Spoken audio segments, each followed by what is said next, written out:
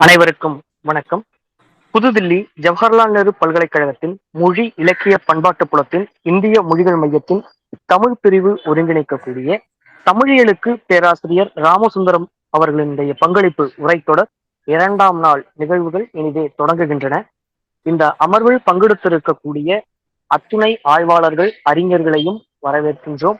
இந்த அமர்வில் தொடக்க உரை ஆற்ற இருக்கின்ற ஜவஹர்லால் நேரு பல்கலைக்கழகத்தின் இந்திய மொழிகள் மையத்தின் மைய தலைவர் ஐயா அவர்கள் பேராசிரியர் ஓம் பிரகாஷ் சிங் ஐயா அவர்களையும், தலைமை உரையாற்ற வருகை தந்திருக்கக்கூடிய ராமசுந்தரம் ஐயாவுடன் நெருங்கிய நட்பு கொண்ட பேராசிரியர் சி அரங்கன் ஐயா அவர்களையும், திராவிட மொழிகள் கருத்தாக்கத்திற்கு பேராசிரியரின் பங்கு, திராவிட சான்று நூலை முன்வைத்து எனும் தலைப்பில் உரை நிகழ்த்த வந்திருக்கக்கூடிய அலிகார் முஸ்லிம் பல்கலைக்கழகத்தினுடைய தமிழ் உதவி பேராசிரியர் முனைவர் இரா தமிழ்ச்செல்வன் அவர்களையும், வளர்தமிழ் வளர்ச்சியில் பேராசிரியரின் பங்கு எனும் தலைப்பில் உரை நிகழ்த்த இருக்கக்கூடிய ராமசுந்தரம் ஐயா அவர்கள் குறித்து நன்கு அறிந்திருக்கக்கூடிய, அவருடைய மாணவராக இருக்கக்கூடிய விஞ்ஞான் பிரச்சார் நிறுவனத்தினுடைய முதுநிலை விஞ்ஞானி ஐயா காவி வெங்கடேஸ்வரன் அவர்களையும், இந்த அமர்வில் பங்கெடுத்திருக்கக்கூடிய மற்ற அனைத்து தமிழ் ஆர்வலர்களையும், ஆய்வாளர்களையும், அறிஞர்களையும் JNU தமிழ் பிரிவின் சார்பில் அன்போடு வரவேற்கின்றோம். Now we would like to call upon Professor Om Prakash Singh sir to deliver introductory address.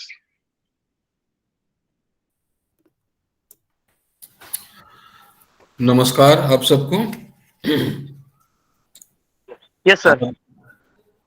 आज हम लोग प्रोफेसर राम सुंदरम के पहली वर्षगांठ के अवसर पर यहाँ इकट्ठे हुए हैं और कुछ उनके योगदान के बारे में, उनके कृतित्व के बारे में चर्चा कर रहे हैं।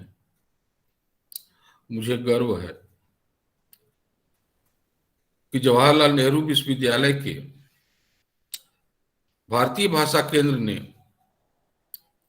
और भारतीय भाषा केंद्र के तमिल भाषा से जुड़े हुए प्रोफेसर थामोथरन, डॉक्टर चंद्रशेखरन या और सभी लोग जो कई तरह के आयोजन करते रहे हैं, आज इस अवसर पर तमिल भाषा के एक बड़े भाषा शास्त्री को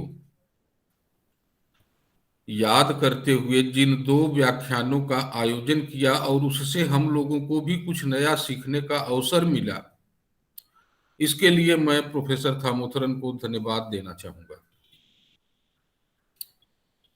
मित्रों, जहां तक हम लोग जान पाए हैं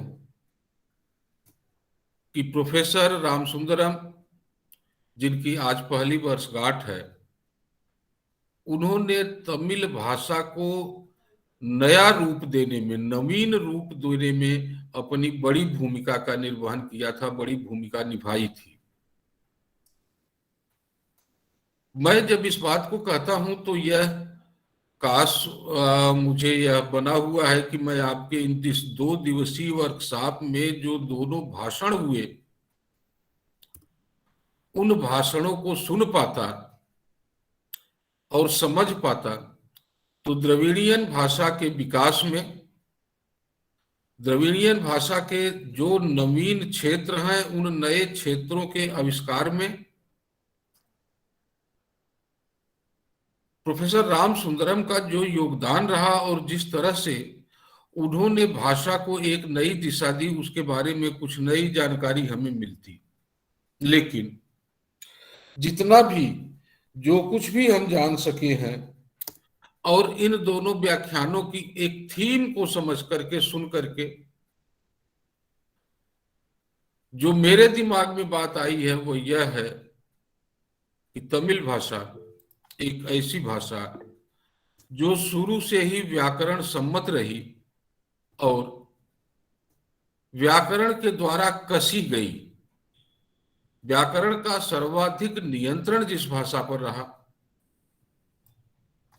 एक ऐसी भारतीय भाषा जिसे सबसे अधिक प्राचीन होने का गौरव प्राप्त है, न केवल प्राचीन होने का बल्कि साइंटिफिक होने का। कसी हुई है, ग्रामर के अनुसार कसी हुई, वह शुरू से ही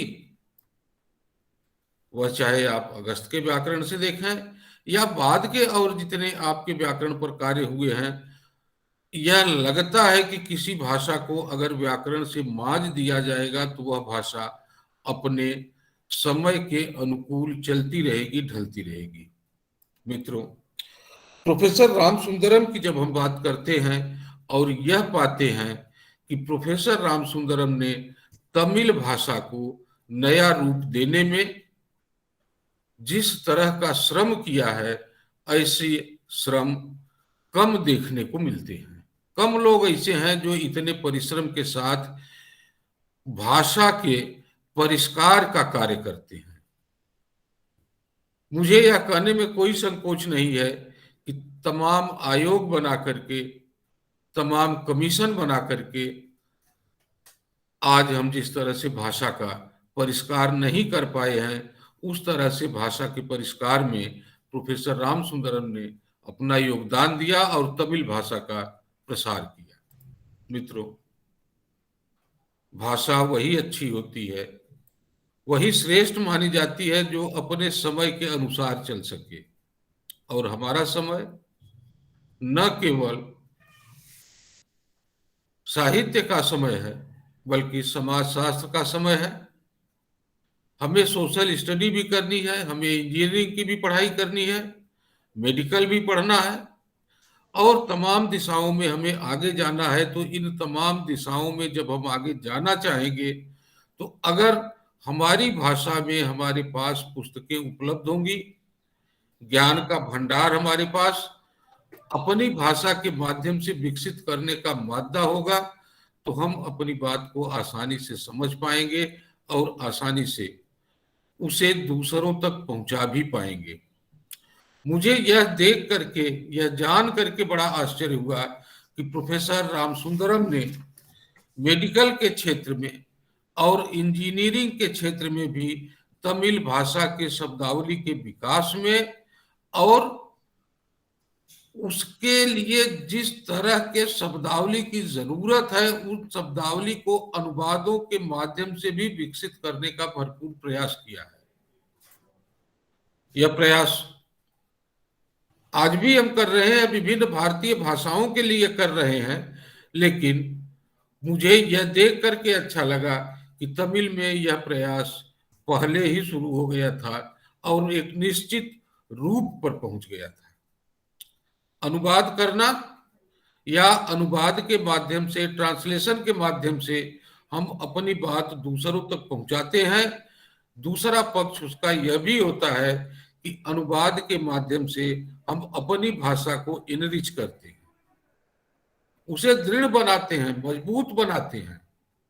जब तक हमारी भाषा में आम जीवन के और आम जीवन से जुड़े हुए जो विभिन्न अनुशासन हैं, डिसिप्लिन्स हैं, उन डिसिप्लिन्स के शब्द हमारे पास नहीं होंगे, वोकैब्युलरी नहीं होगी, तो हम अपने कार्य को आगे नहीं बढ़ा पाएंगे।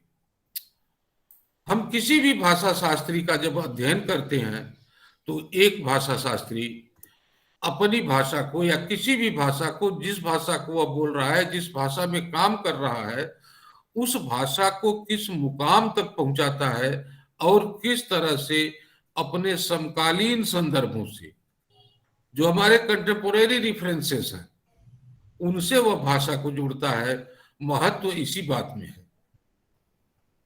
मुझे यह देख करके, आपके दोनों दिनों के व्याख्यानों की जिस्ट देख करके यह लगा कि प्रोफेसर रामसुंदरम ने इस दिशा में बड़ा योगदान दिया था।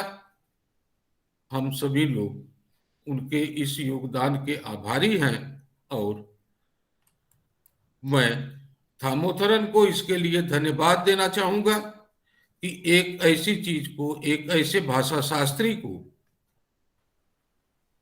हम हिंदी भाषियों के या भारत के दूसरी भाषा बोलने वालों के सम्मुख ले आने का प्रयास किया है और ऐसा प्रयास भारतीय भाषा केंद्र से निरंतर होता रहेगा।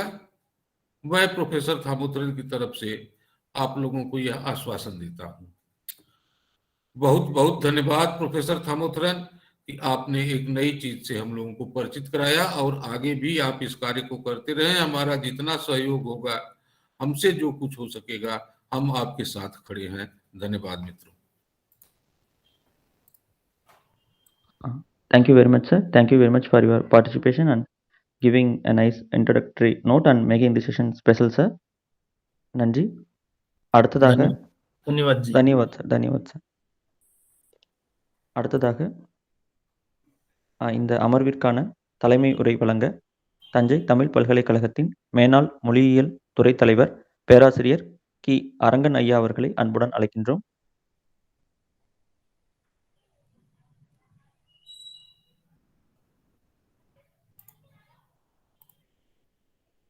இதாகிடுச்சா? கேக்குதுங்களா? கேக்குதுங்க ஐயா. கேக்குதுங்களா? கேட்குதுங்க ஐயா, பேசலாங்க. சரி சரி, ரொம்ப மகிழ்ச்சி. இந்த நிகழ்வில் பங்கு கொண்ட அனைவருக்கும் என்னுடைய அன்பான வணக்கங்கள். பேராசிரியர் சுந்தரம் அவர்களை பற்றி நேற்று மிக விரிவாகவும் மிகவும் ஆழமாகவும் பேராசிரியர் பொற்கோ அவர்களும் மற்றவர்களும் பேசினார்கள்.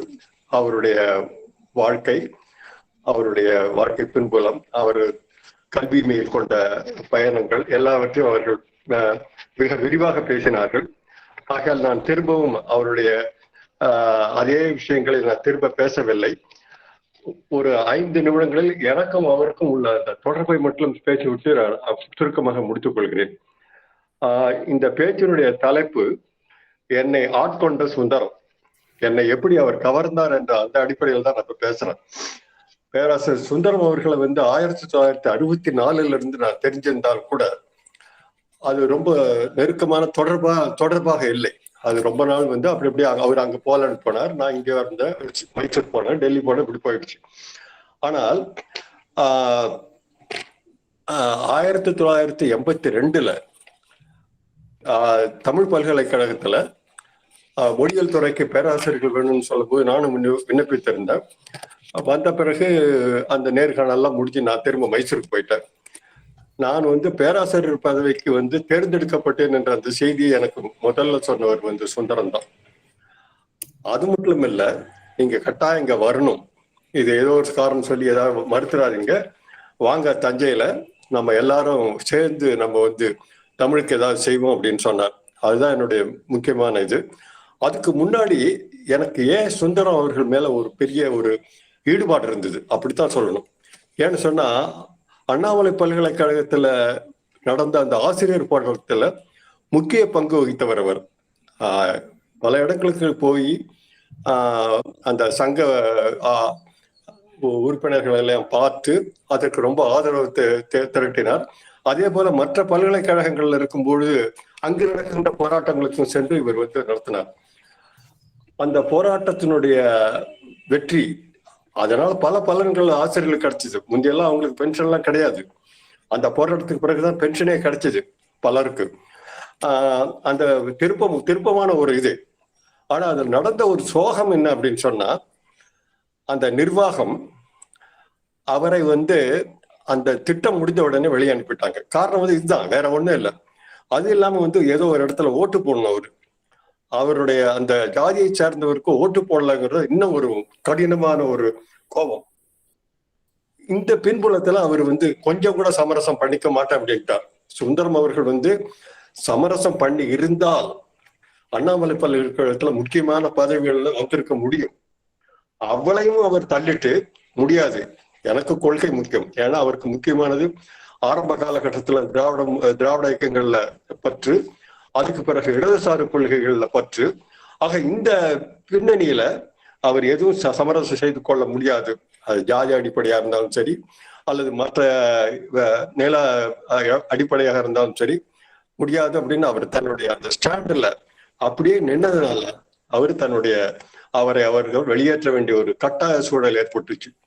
இதுதான் எனக்கு சுந்தரத்து மேல அன்றைக்கும் சரி இன்றைக்கும் சரி எப்பொழுதுமே ஒரு ஆழ்ந்த ஒரு ஈடுபாடு, ஒரு மரியாதை எல்லாமே எனக்கு உண்டாக்குச்சு. இன்னும் சொல்ல போனா ஆட்கொண்டங்கிறது அதுதான். என்னை அவர் வர்றதுக்கு முன்னாடியே அவர் என்னுடைய இதயத்துல வந்து ரொம்ப ஆட்கொண்டுட்டாரு என்ன. அதுக்கு பிறகு நான் தமிழ் பல்கலைக்கழகத்துக்கு வந்திருக்கும்போது இன்னொரு முக்கியமான செய்தி, அவர் என்னை விட வந்து 3 வயசோ 4 வயசு பெரியவர். நான் வந்து நேர்காணலுக்கு வந்தேன். எனக்கு வந்து நான் எதிர்பார்க்காம எனக்கு பேராசிரியர் பதவி கிடைச்சது, நான் வந்து சேர்ந்தேன். ஆனால் இதற்கு பிறகு அவரே என்கிட்ட ஒரு இன்சிடென்ட் சொன்னார். சிலர் வந்து நீங்க வந்து ரொம்ப சீனியர், ஆனா வி.ஐ. சுப்பிரமணியம் உங்களுக்கு பேராசிரியர் பதவி கொடுக்கறதுக்கு பதில் ரங்கனுக்கு கொடுத்துட்டார் அப்படின்னு சொல்லியிருக்காங்க அவர்கிட்ட. அவர் என்ன சொல்லியிருக்கா, ஒரே ஒரு செய்தி சொன்னார். நான் நேரடியா வந்தேன், பேராசிரியர் வி.ஐ. அவர்கள் எனக்கு ஒரு இது கொடுத்தாரு, நான் அதுல ஜாயின் பண்ணிட்டேன். ரங்கன் அங்க மைசூர்ல இருந்து வந்தாரு, அவர் நேர்காணல் கண்டாரு, அவர் யாரையும் பார்க்கல, அவர் பாட்டுக்கு போனாரு, அவருக்கு கிடைச்சிது. ஆகைனா இது ரெண்டையும் தயவு செஞ்சு எந்த காரணத்தை முன்னிட்டும் இத ஒருத்தர்கிட்ட ஒருத்தர் சொல்லி எங்களை வந்து பிரிக்க பார்க்காதீங்கன்னு அந்த அந்த உணர்வு இருக்கு பாருங்க. அதை நான் என்ன நினைச்சாலும் எனக்கு ஒரு பெரிய இதே வருது. அந்த மாதிரியான ஒரு மனிதனை பார்க்கறது ரொம்ப கஷ்டம். இதுதான் எங்களுக்கு அடிப்படையாக இருந்த ஒரு அடிப்படையான நட்பை வந்து ஆழமாக வந்தது. அது ரொம்ப ஆழமான குடும்ப வரவாச்சு. அந்த குடும்ப உறுத்துல இருக்க அத்தனை பேரும் எனக்கு அவங்க மேல ஈடுபாடு, அவங்களுக்கு என் மேல ஈடுபாடு, இப்படியான ஒரு நட்பு உறவு, குடும்ப உறவு எல்லாமே வளர்ந்தது. ஒரு 2 செய்திகளை மட்டும் சொல்லிட்டு இதோட முடிச்சிடுறேன். பொற்கோ அவர்கள் வந்து அவரை பத்தி சொல்லுவார். அந்த ஒரு மேற்கோள் மட்டும் காட்டுறேன். அந்த 60வது ஆண்டு விழா அந்த மலர்ல அவரை பத்தி அவர் சொல்லுவார்.